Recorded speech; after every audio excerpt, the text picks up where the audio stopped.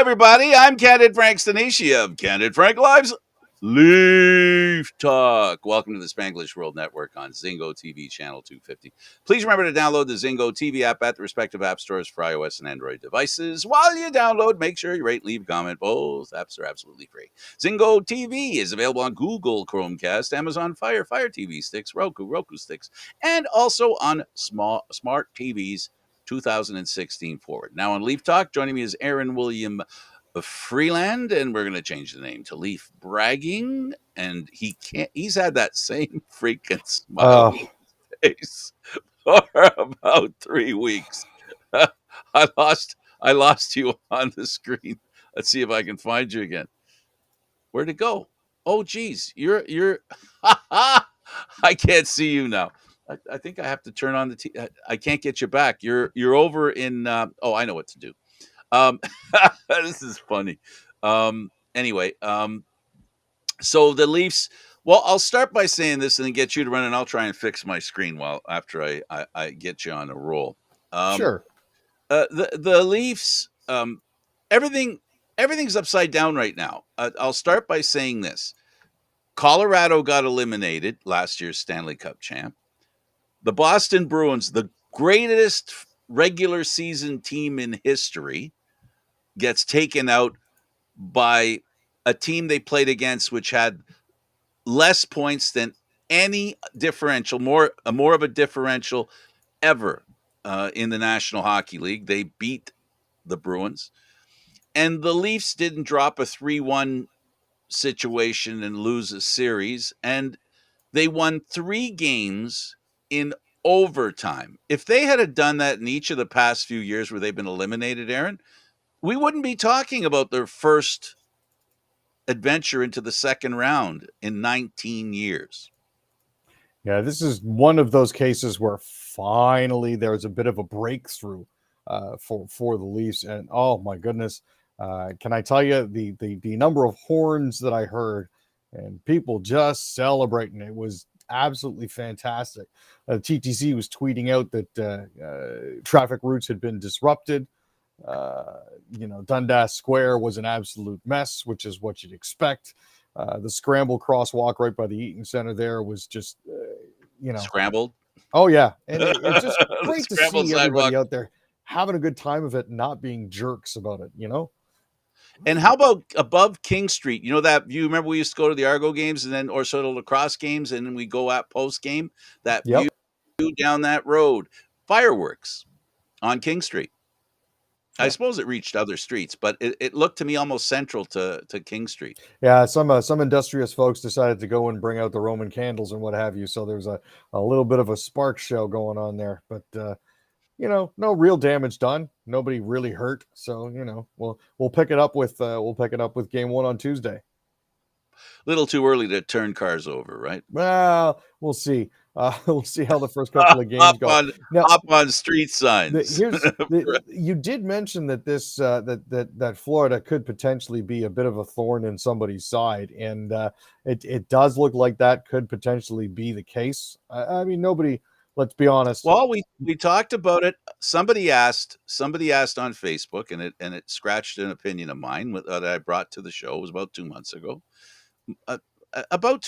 And someone asked on Facebook, which team is the team that Boston should dread playing more than any other team? And as I said on that Facebook post, and as I said on this show, it's the Florida Panthers. And if you remember, at that time, they weren't in the playoffs yet.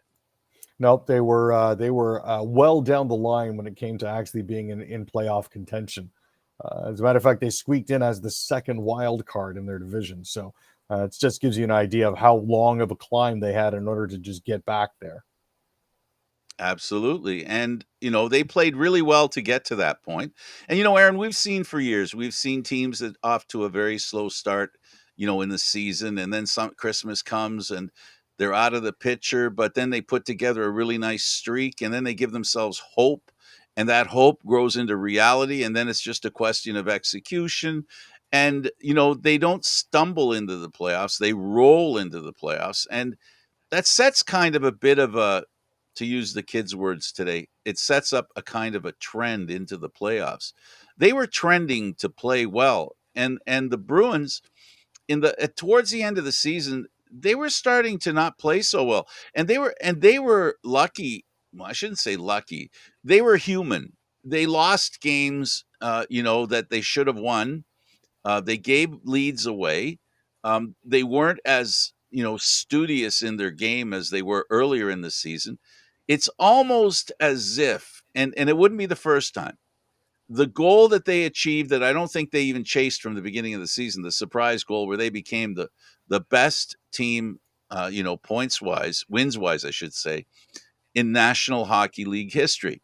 Which, there should be an asterisk there because there were ties back then. So a lot of ties don't become win. So anyway, so they got bit by their own reputation, I think. And you know what? Honestly, I can't really be all that upset by that. There's a certain amount of there's Wait. Hold a second. Are you suggesting that on this show, you're suggesting that there's a tinge of satisfaction knowing that the Bruins are out this early? well, I'm not hinting that Come there's a on. tinge of satisfaction. I'm fully You're out coming there right out and saying saying it. I mean, I have a lot of Boston Bruin fans, and here's what I'm going to say to them. I love them. I think they're awesome. I know one that's a diehard Argo fan. Maybe I shouldn't name names because I don't want to put a target on them. But I know a few. I know some up here. I know some down in Toronto. And what I'll say is this, and this to me is and this is a good time to say it to Bruin fans. You think you're invincible.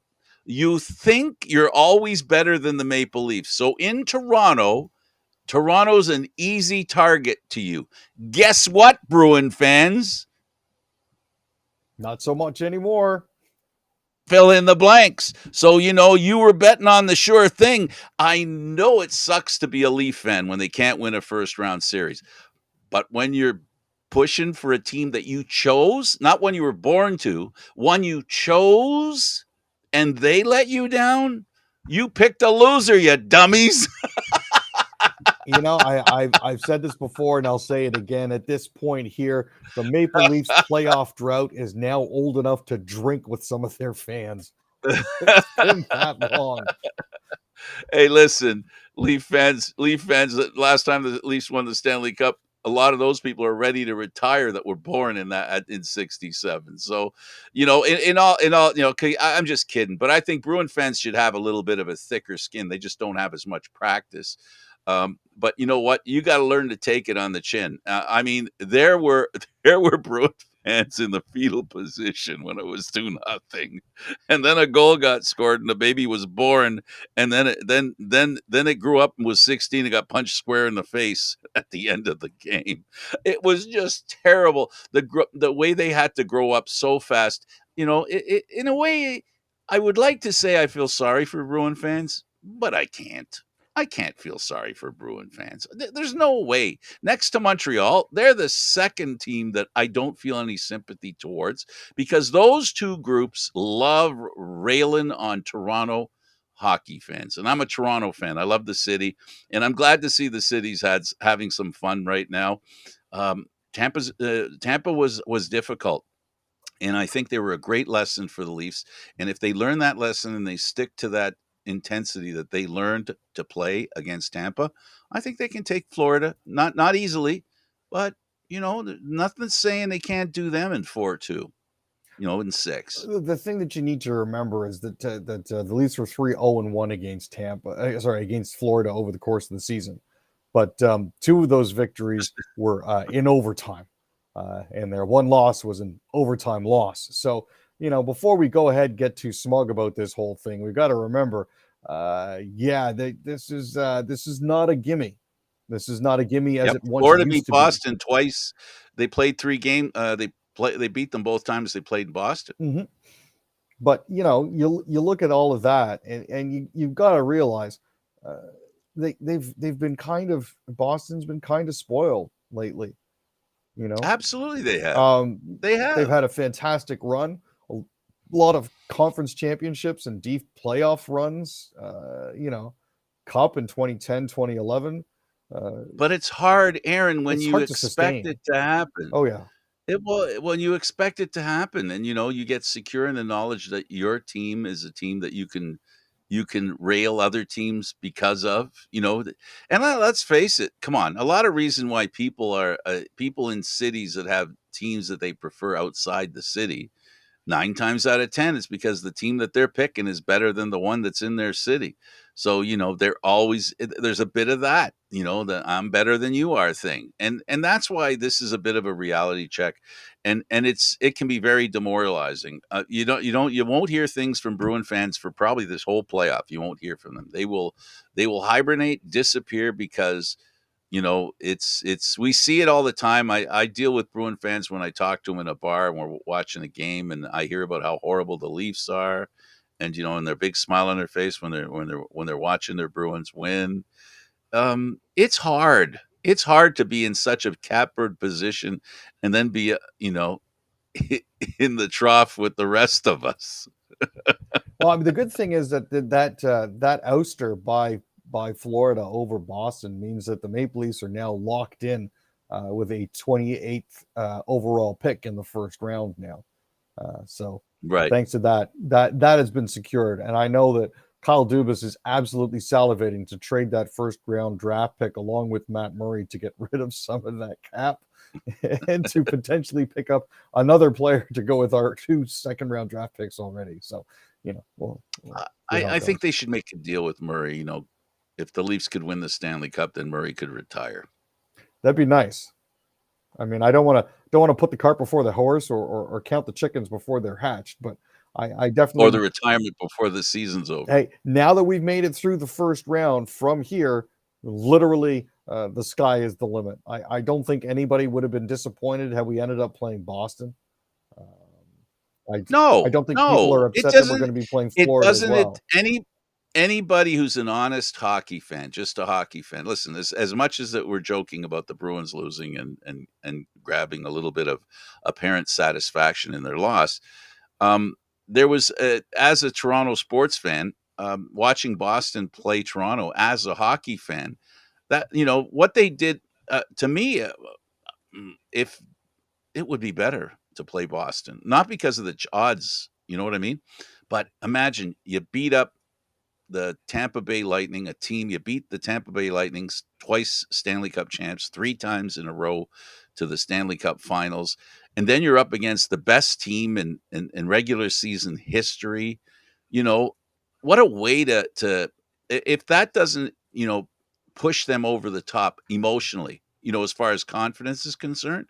Now, with Florida, it's a different thing. Now they're going to have to deal with the problem they have during the season to a degree. Not to I'm not undermining Florida and saying that they're an easy touch. By no stretch are they. As far as what brings them here historically and what brought them here this season, they are not the better team. Boston was the better team, but here's the trap. It's that stuff we always talk about with the Leafs when they're playing a team that they're supposed to beat. They better get out of their head that they're supposed to beat Florida, is all my point is. No, this is definitely not going to be one of those sort of walkover games. It's definitely going to Nope. be down in the trenches, down and dirty, bit of a struggle sort of thing. And I am quite honestly greatly looking forward to it. So, It's going to be an interesting series, yes, let me sir. tell you. So let's talk a little bit about Joe Bowen made a mistake. No fault to him. The TSN and Sportsnet has, in their infinite wisdom, decided that they shouldn't send their radio guys in the playoffs. They haven't made a final decision yet for the second round. It's kind of, not having Bowen go with the team, 40 years of watching him, you know, do what he does. It's a choice. Um, They're entitled to it. Don't get me wrong. I'm mhm. not saying they shouldn't. I'm just saying it would be nice if they didn't. Well, I would rather them be there live than watching on a monitor. Yeah. I mean, that's just me personally speaking. I think that could potentially have been the cause of the screw up in the first place. Well, that is what Yeah. was the cause of the screw up. That's what it is because over there they're looking at replays a lot faster than we are on television, right? They're watching TVs and they're just playing them right away. But a little media experience I'm sharing. Yeah, I love Bowen, love what he's done, and he's waited 40 years. I would like him to enjoy the ride. If by chance he could be fortunate enough to watch the Leafs go the whole way. There's almost listen. I love you, Aaron, but I even wish it for him even more for Bowen. There is nobody. There's nobody on that I know of that gets more excited in a more appropriate and emphatic manner more than Joe Bowen, and it'd be great to see him be there for that. To see the Leafs and enjoy the trip. We'll enjoy it from here, maybe from a local bar wherever you live. But regardless, it'll be a lot of fun being in town in Toronto and in Ontario for that matter, because there are a lot of new Leaf fans, and even up here, we were at Boston Pizza. There's a commercial. Well, I was. This is the part I like. I was in Boston Pizza watching the Leaf game while there was a Boston Pizza commercial on the Leaf game. I just find it interesting And that Boston Pizza is only in Canada. yeah, that is kind of strange, isn't it? It was great being in there, watching all the Leaf fans, all the Leaf jerseys, all the friends that I have. A lot of the friends that I have. A friend of mine, a counselor, had her birthday there, 60th birthday. Salute, Sasha. And we watched the Leaf game, and then we had to go. I was giving rides because drinking and driving is a concern. So uh, we had a Bev drove for us. She didn't drink at all. She had water and coffee. So it was a lot of fun, and we look forward to a lot of that. Please be safe and be considerate of other people. Don't drive if you drank. Just have fun. I'm looking forward to watching people in Ontario have fun with this next series. And if the Leafs come out of this one, Aaron, it's going to start. The roll is going to begin. Then it's going to start getting real. Yeah, for those of us that have waited for this moment, for those of us who remember the times when we used to fight against the Senators on a regular basis in the second and third rounds, the conference finals that we went to, the divisional finals that we would make it to, this finally to be back there after 19 years is something. I can't wait. I can't wait. With every moment that they advance, all the ex Leafs are going to come out. All of them are going to come out, and they're going to be hailed. When you think of great Leaf teams in the past, Daryl Sittler, Lanny McDonald, Dougie Gilmore. I know Dave Andrechuk was a captain of the Tampa Bay Lightning when they won their Stanley Cup. There's a lot of Rick Vive, a lot of Leafs, and especially the ones that had a fair amount of success. Uh, there's going to be some leaning on them, and we're going to want quotes from them. So, what do you think of the Leafs in this position? What are they thinking? All that wonderful stuff, and it's going to be great because it's going to shine a spotlight of some of the greatest Leafs of all time. I'm sorry Johnny Bauer didn't make it to here. Would love to see him in the stands watching. There's so many reasons why. Mike Palmateer is going to be somebody that's going to be. He'll be reinvented. You watch, Aaron. All the ex-Leafs are going to start to come to the fore, and they're going to show them and talk to them. And I hope they do. And they're going to be stars around town again with things the way they're going. Oh, most assuredly. And it couldn't happen to a nicer bunch of guys. So it's Absolutely. one of those things where To have once success. you're a Leaf for life. So it would be good to see them all coming back. You know what I mean? I don't mean to demean the records that Marner and Matthews are breaking, or Tavares for that matter. The main reason that's true is because the Leafs really don't have, before after 67, their greatest players are great Toronto Maple Leafs, but in reality, they there are players who, if they would have been surrounded, like I believe Daryl Sittler, if he was surrounded with the kind of players that he's surrounded with, like Lanny McDonald and others, his greatness would be tenfold. And that's the biggest problem with Toronto, is that a lot of the records that the new kids are breaking are because they're a dominant team, something the Leafs haven't been for 50 years, except for when they poked their head up 1 or 2 years in that 50. Yeah, I know it's one of those cases where the stars were not supported properly, unfortunately. And Absolutely. So the Bruins lose to Florida. Edmonton beats LA. There's a nice little meeting in the future that could be possible. oh, Right. that's definitely something that we're looking forward to. Kyler Yamamoto scored with just a beautiful soft floater his first goal of the playoffs, coincidentally, and that put Edmonton through to the second round. It was great to see the celebration there. As I said in the last show, Winnipeg eliminated by Vegas. Blake Wheeler took offense or didn't agree with the comments by Coach Bonus. Well, that's a coach that's at his wits' end. He's been trying to get the players to do something, and they quite frankly haven't been. As far as I'm aware, this is stuff that they've been talking about behind closed doors for months with nothing actually working. So, New team beats Colorado. Yeah, the Kraken in their inaugural playoff series took the Stanley Cup champions to 7 games and won. Absolutely fantastic. Just so happy to see that and to see the parity that's in the league right now. With a lot of the old champs having been ousted, you look at the past few champions. Yeah, none of them are currently in the playoffs. So Carolina's could fit that bill as far as being tough in the playoffs. They've had a really great run past couple of years. They really have, and they managed to take the Islanders out, so that's fantastic. Actually, a friend of mine was actually wearing her Tavares jersey around Long Island. She's a Leafs fan living in New York, so I'm gonna check in with her later just to see if she survived. No kidding. And then the Devils, they let New York stretch it to 7. That's going to be an interesting finish happening tonight. Yeah, this is the last game available for the first round, so we'll see if we can get a winner out of this. We'll see if the New Jersey Devils can put one over on the New York Rangers and maybe get themselves a little further ahead.